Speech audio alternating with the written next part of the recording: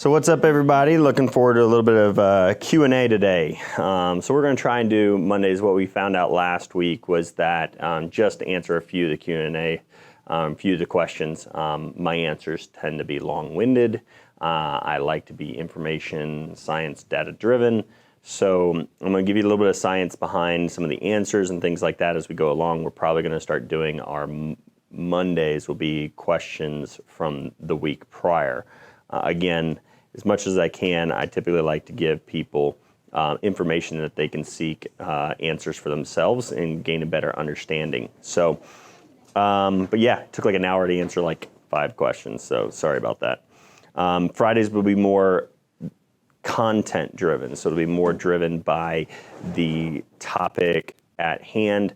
Like the last 2 Fridays, we discussed the scientific paper that was just published reviewing the relationship of the gut, your gut health, and the health of your thyroid, the function of your thyroid. So absolutely go back and take a look at that. For all of those watching right now, I'm sure I should probably answer yes, I have a man bun in or a pony, whatever you want to call it. My curly hair right now at the length it is seems to make my wife laugh. She thinks I look Amish. Nothing against Amish people. Love Amish people. They make some amazing food. Oh my gosh, home cooking.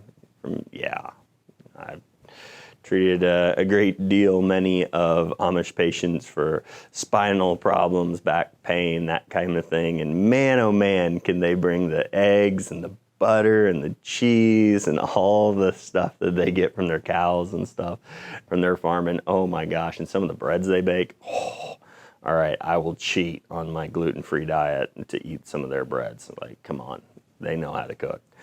But anyways, so that's why I have a man bun right now. And honestly, we need to wait until Halloween, I guess they want to. And I know some people are going to harp on me probably because I said Halloween, we're actually going to do something for it.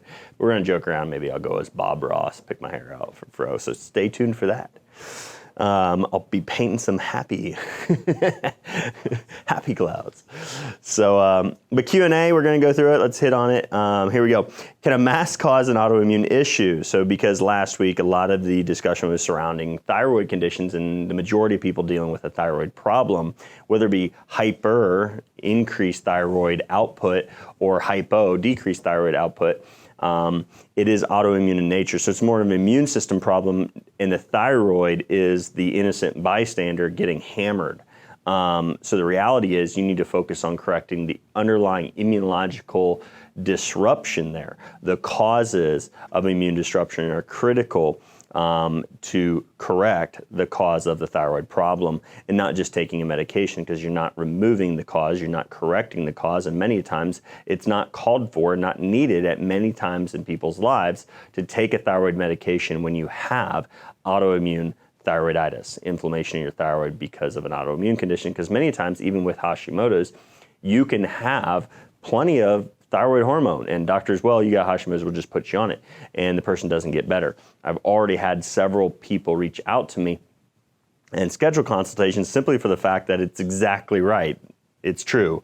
They got diagnosed with a thyroid condition, put on thyroid medications, and nothing improved despite their labs looking good. And again, that is because the inflammatory immune triggers that cause many of the thyroid conditions that majority of the time it's women who are dealing with these things, that women especially are dealing with, the symptoms, the suffering are arising from the inflammation triggers and not necessarily because of the thyroid hormone lack thereof in the first place. So that's why thyroid medications don't resolve the issue.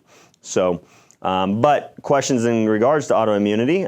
One was a mask. Can it cause autoimmune issues? I have to wear one all day long or every day, and my lungs and voice are having issues. More than likely, it's an increase in some sort of bacterial or yeast overgrowth, fungal overgrowth.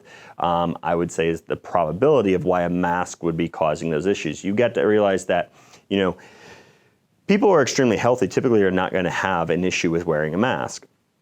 If you have underlying, even minute, non-symptomatic, non-issues, health issues, when you don't have a mask on, could become symptomatic when you wear a mask because you cause further dysbiosis, further disruption in your health.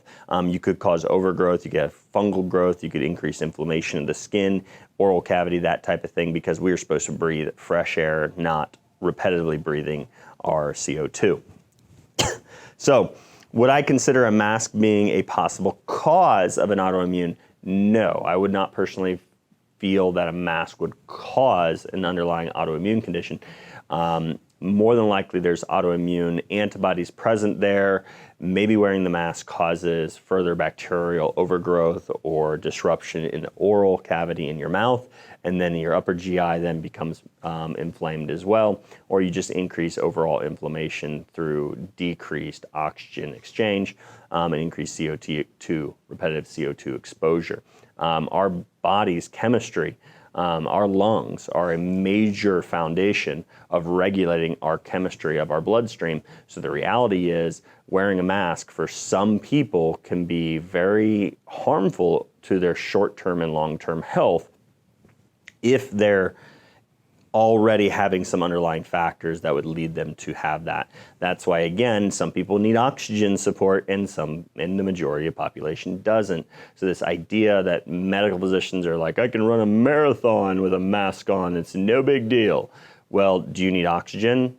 And what if some people are just barely getting by with the oxygen in the environment, don't need oxygen support? They don't need to be walking around with an oxygen concentrator or an oxygen tank. So they're good in normal atmospheric conditions, but when you put a mask on, you increase the overall CO2 reabsorption, re-inhalation, now you cause a serious problem for somebody that didn't have problems prior to. So they were never diagnosed with the condition or anything like that. So don't go bragging on yourself because you can run a dang marathon. Okay, I just seen that one guy that said he like ran to work and ran home. I'm like, yeah, I could do that too with a mask on. I'm pretty sure I wouldn't have a problem with that. But again, I've ran Ironman triathlons. So my lung capacity, my lung health is way different than probably even Anthony's here, to my staff and other people. So it could be the straw that breaks the camel's back for other people, so don't go harping on other people just because they're not wearing a mask. And the reality is, if you're not wearing a mask, you're actually no better off or no worse off in relationship, truly. Well, you're probably worse off in terms of viral infections. So you're not putting other people at risk when you're not wearing a mask. So what about hyperthyroidism? So because we were talking a lot about Hashimoto's, hypothyroidism was probably the primary terminology we were using last week during those videos. Thyroid Gut Access, again, this is a great study published here in June of 2020. How does the microbiota influence? That's how your bacteria make up. So what's the colonization of your digestive tract, of your intestines? What does it look like, and what is your risk of developing a thyroid function, and how does the microbiota, the good bacteria or maybe even the bad bacteria, how does that influence your thyroid function, your thyroid health? And a lot of it went into hypothyroidism, since the majority of people out there who have a thyroid issue or a thyroid condition diagnosed, they're dealing with hypothyroidism. So a lot of it centers around that. This is normally the discussion when you're generalizing thyroid function. You're going to talk more about hypo. You're going to mention more about hypo because a lot more research goes into hypo than hyper, simply for the fact that there's a lot more people dealing with hypothyroidism or Hashimoto's. So Hashimoto's and thyroiditis, Graves' disease, which is hyper. It's extremely high thyroid function is when you would consider it Graves' disease. And the reality is because if it goes undiagnosed and untreated or unreversed, or the person doesn't heal from it spontaneously, it can put you in the grave fairly darn quickly. Because it basically revs up your metabolism is so high that you burn off, and you can literally have a look as if you have, because you don't have any fat surrounding the eyeball to keep them out there and keep it nice and cushy around the eyes, and then you look like your eyes are bulging out because you look like you'll become emaciated. So most common autoimmune thyroid diseases, they're all autoimmune in nature though. So they can occur in different conditions, such as celiac disease, such as non-celiac wheat sensitivity, and it's non-immune related, non-immune caused. So you may not have an IgG or an IgE or not even autoimmune celiac disease. no immune test tells you you shouldn't eat wheat, but you could actually be sensitive to wheat and still have a thyroid condition because of it. But again, we talked prior 2 weeks about damaged intestinal barrier function. So leaky gut, increased intestinal permeability is what that is. Dysbiosis, a disruption of the healthy bacteria in your digestive system. The composition, all these things that can be tested for when you do a stool sample. And somebody else asked the question, how do you test the gut? What we do is we go through de novo laboratory testing, and we look for parasites, we look for the healthy bacteria amounts, we look for bad bacteria amounts, we colonize those, we test sensitivity against herbs. They also go through and look at the function of your GI, so you can look at protein breakdown, protein absorption, fat metabolism or fat breakdown, fat absorption. Look at the healthy fats, butyrate and others that are anti-inflammatory in nature. You can look at the concentration ratios of those things. You can look at things that are involved in your hormones, especially things like female hormones of estrogen. Beta-glucuronidase is a great stool marker to evaluate for why would a woman be high in estrogen, constantly having signs of estrogen dominance and hormonal imbalance or infertility problems. It could all be in the gut. And if we see that beta-glucuronidase is extremely high, we can do proper steps. We can take proper steps to actually correct that and remove that, decrease that production of that compound that basically allows for the reabsorption of toxins as well as estrogen that can cause a hormonal problem. A hormonal problem could be in your gut. So your gut is involved in a whole lot of things, and all of that can be tested for. And it's literally in-home kit. We send you the kit. You take that kit and you read the instructions. It's very simple, and you take one tube, and you fill that each day. And then on the last day, you fill like 5 tubes and you send that immediately to the lab. They evaluate, give us the results, and then we get on the phone with you and we discuss the findings and what's needed to begin to correct those issues if any are found. So again, it's multifactorial. I'm just kind of reiterating this because I went through this study in great in-depth detail. Multifactorial, the therapeutic preventive strategies, but this is not what our healthcare system is using. So the latest research allows us to realize that your gut health is critically important for your thyroid function and relationship to the cause and prevention and health of those dealing with autoimmune conditions. But again, instead of being a multifactorial therapeutic approach in preventive strategies by evaluating the gut before anybody's even dealing with the major end-stage diseases, and end-stage being like cancer or major liver problems or a full-blown autoimmune thyroiditis. If we could be evaluating people's digestive health and working and maintaining the health of their systems, their digestive system, their central nervous system, their detoxification systems, that'd be liver, lymph system, kidneys, other things, we could actually prevent a lot of people from developing these critical health situations. But again, our healthcare system doesn't do that right now, and I'm talking about the medical system, but luckily y'all have the Wellness Way to be able to help you out with that. So that's what we do. So depending on the gut bacteria composition, again, testing is how you know what your composition is. But again, hyperthyroidism can be extreme and thus full-blown Graves. Graves' disease or hyperthyroidism is typically going to be a antibody test positive for thyroid stimulating receptor antibodies that causes overactivation of output of thyroid hormone. Hyperthyroidism and hypothyroidism, both of them, you see typically decreases in certain types of bacteria. 2 of them here, bifidobacteria and lactobacillus. I hate pronouncing those things. Lactobacillus reuteri. love pronouncing the names of all these bacteria.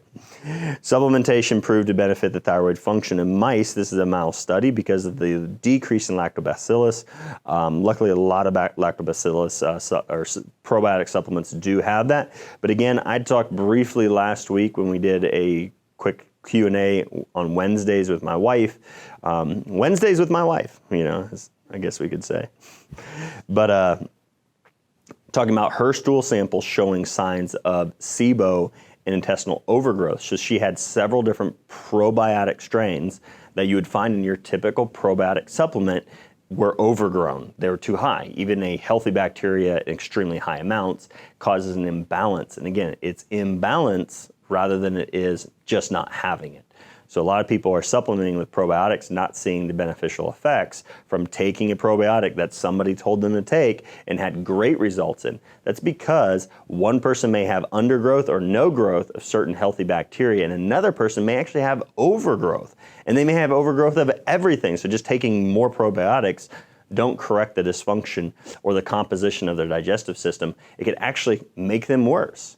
So that's why testing is so critical, or testing is so beneficial to really knowing what is needed for each individual. So hyperthyroidism still being autoimmune in nature. If it is autoimmune in nature, then absolutely your gut has a major factor and causative factor in that, or at least that really, really, really strong potential. Again, other viral infections could be another immune trigger that causes autoimmune thyroid disease. So how do you get your gut tested? I already talked a little bit about that. We got that and answered. What do you, wanting to get my husband off of meds, both for diabetes and thyroid. He does use Armour though. So that is a desiccated pig thyroid with concentrated thyroid hormone. So in essence, better, we typically like, but I know that some of the desiccated swine or pig thyroid has porcine thyroid has been recalled. I believe it's Nature Thyroid. That Nature Thyroid has been recalled here temporarily. But I really think the answer is answer for him. He killed his liver drinking 2 liters of Mountain Dew and can a can of chew a day, which he swallowed for 30 years. So you can do this if he's willing to do this. Nobody could do this for him. You know, the reality is if your husband has been dealing with diabetes, yes, diabetes is oftentimes stemming from liver dysfunction. Liver has a huge causative, and probably one of the best things that you would want to be doing, start low dosages of dandelion root with somebody with a liver disease, a liver condition, especially fatty liver, and diabetes if it is stemming from the liver. That would be like my first go-to, because dandelion root tinctures have been found to improve blood sugar regulation, triglyceride levels, and improve fatty liver disease from alcohol consumption and other things. But you're on the right track. You definitely need to get him off of those things. Hopefully he is, and if he's willing to take the right steps to move his health in the right direction, then he could absolutely, I believe, unless he's full-blown, his pancreas is completely shut down, you can definitely take somebody from needing diabetic medications like metformin for type 2 diabetes and move them in the direction to eventually being free from the need for those drugs. Again, you don't want to take somebody off those drugs if their sugar is going to skyrocket. It could cause major problems. So, is there a list of foods that can be that best to eat for gut health? Yeah, eat the rainbow, eat organic fruits and vegetables, and meat according to your gut type, that type of thing. And again, this comes from testing. Knowing with a test, certain bacterial strains are elevated and people eat too much animal-based proteins. Some are benefited. Some healthy ones are benefited from animal-based proteins. The vast majority for the healthiest gut are typically it's a large spectrum of foods, high in cruciferous vegetables, allium-containing vegetables, fruits, fiber-rich vegetables, beans, legumes, eating a mixture of raw and cooked at times. But when it comes down to like thyroid function and thyroid health, if you were to be what a lot of people, and I think she's referring to here, is because she sees that she does her research, it gets confusing, saying, eat this, not that. And then another page she clicks on says the opposite. You can eat that, but you can't eat this. So I don't know what I'm supposed to do besides just eat fish, peanuts, baked, or steamed chicken. What I would say is test your food allergies first. Recognize that you are different than the next person, that foods that result in better thyroid function for you can be foods that would be detrimental for another individual. That's why thyroid inflammation triggers are critical. Again, why does celiac disease, why does gluten, why does wheat sensitivity alone, even without having any immune component, how does that increase the likelihood of developing a thyroid condition or can cause a full-blown autoimmune thyroid condition for some is because some people it's triggering an immune system, or it's just triggering inflammation. It drives up inflammation in your body. And basically every system in your body is going to become weaker and not function as efficiently if it's in an environment that's high in inflammation. So getting rid of inflammation drivers makes a huge difference. And again, if you are sensitive or allergic to certain foods that would be beneficial for thyroid function, that would be healthy for somebody with hypothyroidism, like you'll read on some pages, they may actually be detrimental to you because you could be allergic to them and you drive up your inflammation versus somebody else. But a lot of times what you'll see out there on the blogs and the websites and people doing thyroid work or giving thyroid advice online, they look at goitrogenic foods and non-goitrogenic foods. So the goitrogenic foods like kale maybe or broccoli, they'll say don't eat those. But actually you can reduce the goitrogenic effect by almost 90% if you cook those vegetables. So you could say if I have low thyroid function, goitrogens could further lower my thyroid function, thus I don't want to eat those foods. Well, you could actually benefit from broccoli immensely if your gut health called for it, and you could actually possibly eat broccoli and reverse hypothyroidism by eating a goitrogen if it helps you heal your gut. So the critical thing to think is the idea of just avoiding goitrogens or eating goitrogens. Like sometimes you'll see that people will be advised to eat goitrogenic foods, those foods like broccoli or kale, that lower thyroid function if they have Graves' disease. And that could be using food as your medicine, but you may not be healing with those foods if they're not appropriate for yourself. So ultimately, again, testing and critical nutritional changes according to your gut health make some of the biggest differences over the long term and permanent, and maybe more permanent in nature. So, love this teaching. Can you do Crohn's disease? Yes, I will do Crohn's disease, but I'll tell you right off the bat, that is probably, I have countless patients who have dealt with Crohn's disease, and that is largely spinal in nature. Your spinal alignment from your pelvis, your lower back, and atlas alignment when Crohn's disease affects the upper GI. Just about every single Crohn's disease patient I've ever treated, even if it was solely with chiropractic care, have either gone into remission for a very long time, if not permanently. I know several patients now that are going on 5, 6, some 10 years. Some patients from the very get-go that are no longer under my care currently because they moved away, but no signs of return for Crohn's disease. Inflammation, colonoscopies that some of them will still choose to do years and years later after going into what would be referred to medically as remission. So I cannot encourage you strongly enough to get evaluated by a structural corrective chiropractor who does both specific structural care as well as upper cervical specific care. Because again, I've seen, it works. It does amazing. And I'm not saying chiropractic treats Crohn's disease. What I'm saying is, this is what I've seen clinically in my practice. The patients dealing with Crohn's disease, one was a soldier who hurt his back in the military, loading a truck. He later went to spinal surgery, had the lower 2 discs of his spine fused. After the fusion surgery on his lower back is when he developed Crohn's disease. Now you could, and I completely agree with those individuals that understand and they've listened to my teaching for a long time. We do realize that there is plenty of evidence to say that the measles vaccine can be associated and is associated with Crohn's disease. We know that vaccines can trigger autoimmunity. We know that vaccines can change your gut composition. So we know that a military member, autoimmune diseases are much higher in the military. They vaccinate, but they're also under a lot of stress. So I understand the arguments for and against why vaccines may be associated with autoimmunity in that population. But the reality is they got a lot of contributing factors. But again, this man had a spinal surgery, and literally immediately following that spinal surgery was when he started noticing his gut issues. He didn't have gut issues before and developed Crohn's disease and was finally diagnosed with Crohn's disease within a year after spinal surgery. We worked on his spine. Even with spinal fusion surgery in his lower back, you adjust above and below. You're not going to obviously adjust into the areas that are fused, but adjusting the spine elsewhere, improving the biomechanics and the structural position of the rest of his spine, took enough tension and pressure off of his system, off of his nervous system, to allow his body to better regulate both immune system and inflammation. There are studies out there where they want to hack the nervous system. This is the medical way of thinking about using the central nervous system to correct things like autoimmune diseases. Let me see if I can actually bring this up. I might. And I just want to show you this. Here it is, Electroceuticals. I don't know if I had the original.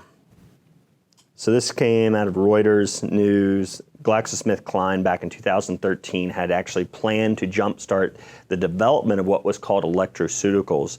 They say that the electrical signals in the body, that is their target. They want to target the electrical signals in the body, which all come from the brain communicating back and forth to your organ system. So again, how in the world would chiropractic help with Crohn's disease? It's simple.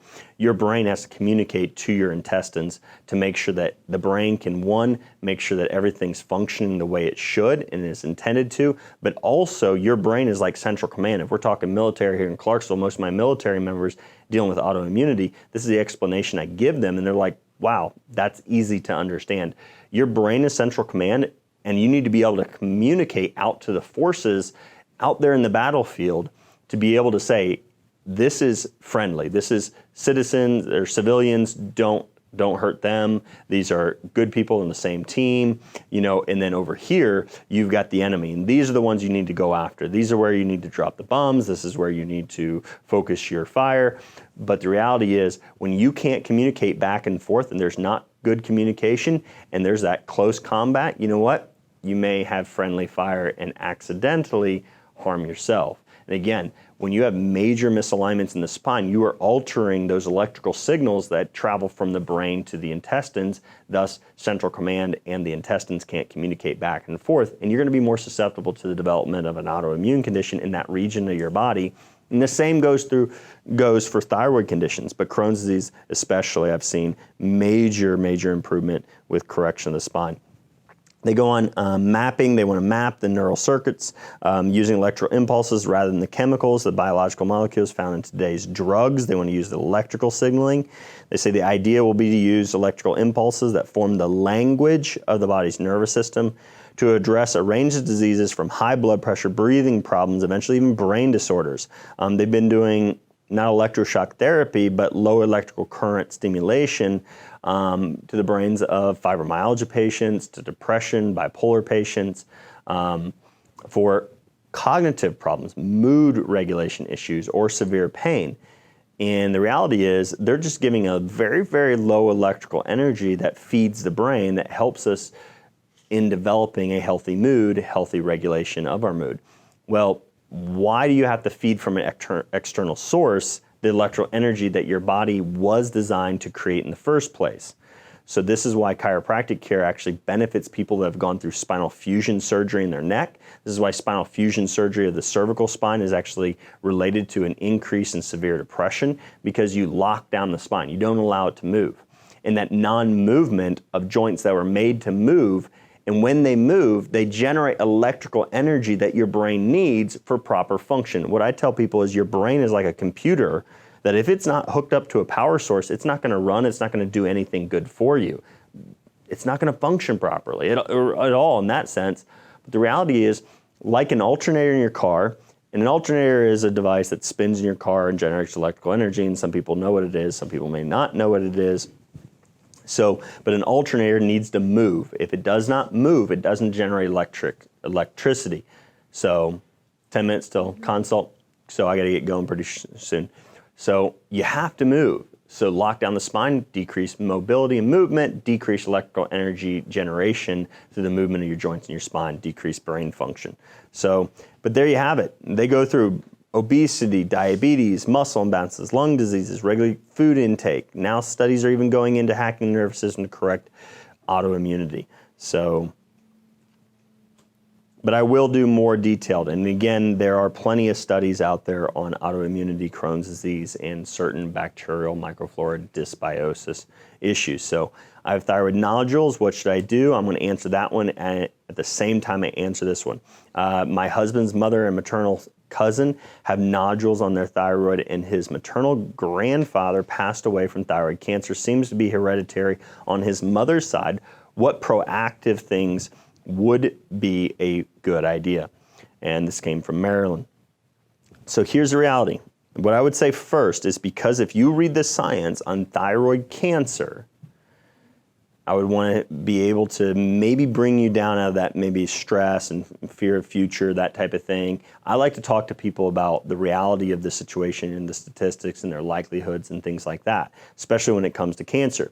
Well, I'll probably go through this in more detail. Maybe I'll do this video on Friday, because I think it would be a great transition from, talking about thyroid issues. Nodules come up a lot. I hear a lot of people, and I've seen a lot of women have their thyroid removed or radiated because they had thyroid nodules, and then they got diagnosed with thyroid cancer. And actually, this article and the U.S. Preventive Service Task Force actually rated testing of thyroid cancer and detection for screening at a D, actually doing more harm than good. And what they find is that if you were to evaluate a Finnish study in Finland, they looked at thyroid nodules and they looked at biopsying those nodules. And when they excised, took those thyroid nodules out, they literally cut them up in slices. They looked at them. They looked at in great detail. And they said that if we were to go to microscopic, extreme detail, we could probably find thyroid cancer in every single person out there. We could find a couple thyroid cancer cells or cancer cells in everybody's thyroid, especially if we're doing biopsy on nodules. But these are cancers that don't grow rapidly enough to cause harm. So in the case of this grandfather, did this grandfather eventually develop thyroid cancer that then caused the cancer itself started causing serious health harms? Or was it something like they're talking about here in the Journal of American Medical Association and the U.S. Preventive Service Task Force said, this is what people need to know. They need to know that we are not decreasing thyroid cancer deaths by testing and more treatment. In fact, we're doing much harm and more people are dying. So a lot of times I'll hear somebody died of thyroid cancer or breast cancer or colon cancer, and it was detected under one of these early detection methods of, like with mammography, and October being Breast Cancer Awareness Month, being, hey, go get your mammogram because you need to detect it early. Sorry, you're not detecting it early when you already have it. I'm sorry. And the reality is early detection is a slogan. It's a sales pitch. You are not detecting breast tumors early when you're just doing a mammogram. There is that is an oxymoron. The science is extremely clear that you are not reducing or extending the lives of females with mammography.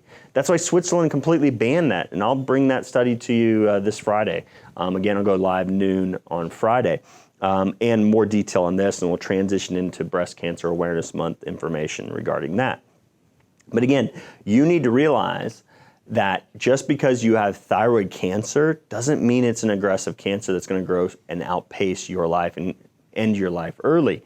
You need to realize also that, what if this grandfather found out he had thyroid cancer, some routine checkup or test or palpation, and just like they're talking here was, oh, you got cancer, we need to do chemotherapy and radiation. And then his hair fell out and it destroyed his health, weakened his immune system, he dies of pneumonia. What if that was the story? And that is often the story. A large portion, 30 to 40% of people with cancer die of malnutrition because of the chemotherapy destroying their intestinal lining, destroying their gut. And they die of malnutrition because of the chemotherapy. They would actually have lived longer had they never selected to undergo chemotherapy. That is a large portion of people who are being treated for cancer right now are dying not because of the cancer, but because of the treatments themselves. So did he fall ill and seriously ill after going through treatments, and thus it wasn't actually the thyroid cancer like they're pointing out here in this Journal of American Medical Association study, an article. I guess it's an article. It's detailing out the evidence we have, the evidence that should be discussed with people. And that's why we're going to discuss it here on Fridays, because if you have a nodule and you have a family history, one, don't freak out. But if it is like more family members are developing more of those aggressive type cancers, which only sound like one person in the family died of thyroid cancer, then I would consider that, I would say and guess at this point in time, not speaking with you directly, I would guess it's probably not an aggressive type of cancer. And the relationship to genetics being a major causative factor in, and maybe if I mention it, I might as well go through it again, maybe, and who knows if we'll get through all three of these studies, but they also did a study on genetics and development of cancer. Are you more likely, if you have these genes, to develop cancer? And they did an algorithm, and they did this with computer studies looking at genetic factors and the percentage of people with those genes that would develop cancer eventually, or taking into consideration lifestyle factors like diet and lifestyle. And they said, we can do all the genetic tests in the world, but when it comes down to actually estimating whether even those people with the positive BRCA1 and 2 genes or the HER2 gene, you know what? If they have those mutations, a lot of times they don't get cancer. They may be more likely than the general population to get cancer, but the reality is if we evaluate their nutrition and their lifestyle, we have a better capability of predicting their cancer risk than all their genetic testing they have. So the reality is, what I oftentimes tell people is it may not be your DNA, it may be the dinner table you all sat at. Because the reality is a lot of people live a similar lifestyle to their parents. They ate the same meals, they ate the same food. Mom typically cooks the same meals for the entire family. If that's the reality, then you can't really say it's DNA. It's more nurture than nature itself. Nature being your genetics, but nurture how you're brought up and how you're raised. Well, if you were raised eating the same things as grandpa and grandma, and everybody's developing diabetes, everybody's developing cancer, everybody has thyroid nodules, it may be more about the nutrition and the things that you're putting into your body are the reasons why. So that means you have a huge capability, you have huge power at your fingertips to actually change that trend and start moving your health in the right direction. Now, beyond that, I will talk a little bit, we'll talk more next week about proper testing. So the reality is, while this test, just evaluation and palpation and ultrasound, those types of tests detect cancer once it's full blown, once it's more of a strong inflammatory serious issue. But there are blood tests they can use, the CEA, one of them, carcinogenic embryonic antigen test. They use that, the CEA number, it's one of our markers on our immune panel through the Wellness Way. We utilize that because on several different cancers, prostate, lung, thyroid, liver, there's other conditions like cirrhosis of the liver where that CEA can be elevated. So it's non-specific to cancer alone. It can be other things, and it's non-specific to one single type of cancer. But when it's highly correlated and associated with like this abnormal carcinogenic embryonic, carcinoembryonic antigen levels and medullary thyroid cancer progression, well, guess what? They use this to monitor treatment benefits, whether you're actually shrinking the cancer cells or not, or if it's metastasized and that number keeps going up. Knowing a CEA number is a huge benefit to those with thyroid cancer. And to me, instead of waiting until it's detected on a palpation, which means the cancer's got a solid large tumor there to be seen, visualized, or felt through palpation, guess what? If you're really worried about it, I would be doing a CEA marker blood test on a regular basis.